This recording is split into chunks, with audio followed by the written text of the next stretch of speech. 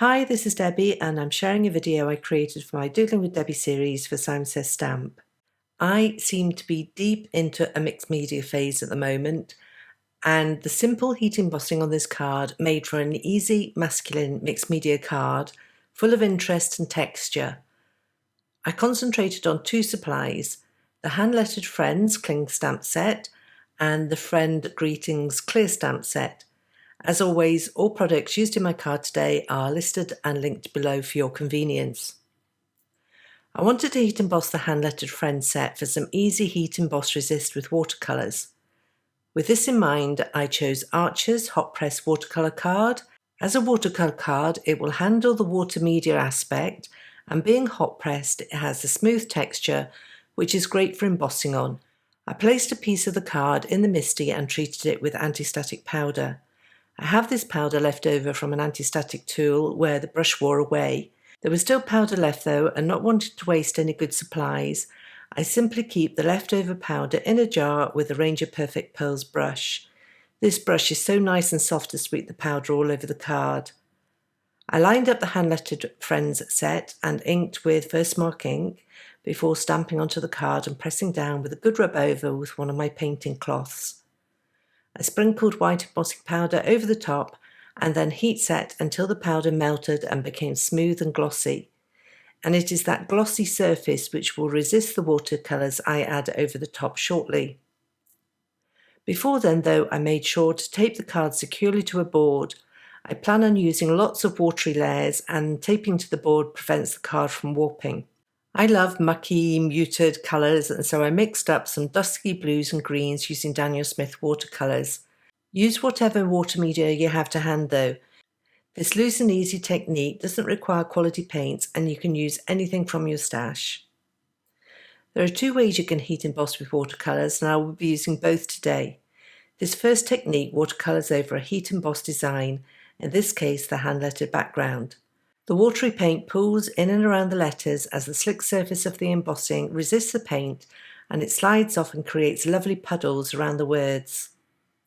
I started with a pale watery mix and then added some concentrated paint in areas. I was aiming for a background with lots of variation in colour and depth, with areas of definition coming and going. I added a little grey-brown in places to ground the colours and then dried off with a heat tool. Before I started on another layer of paint, I used a brush with clean clear water and my painting cloth to rub over some of the words to clean up any remnants of paint which hadn't been resisted by the heat embossing. At any point you can do this to ensure that the letters are as clean as you like.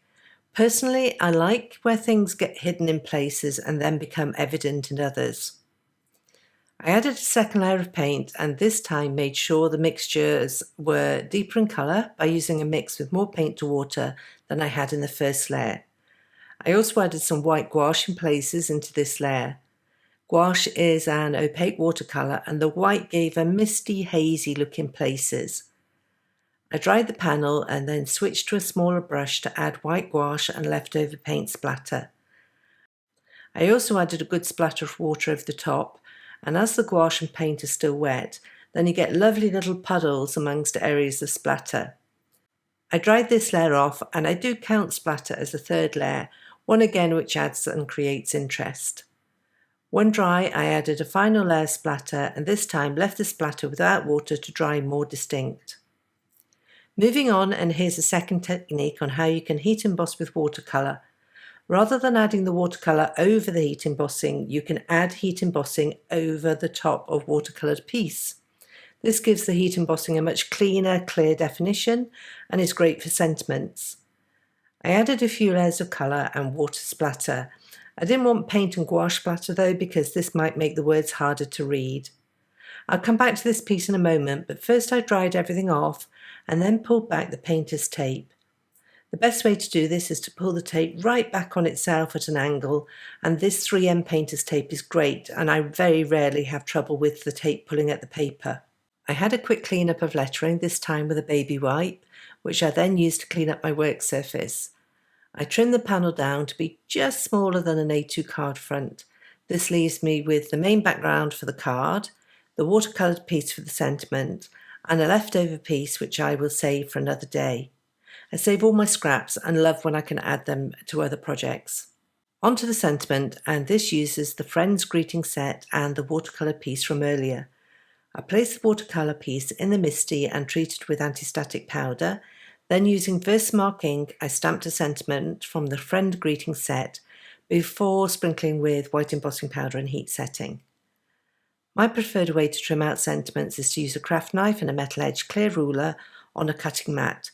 I find I have more control of the dimensions this way and use the grid of the ruler to ensure my cuts are straight.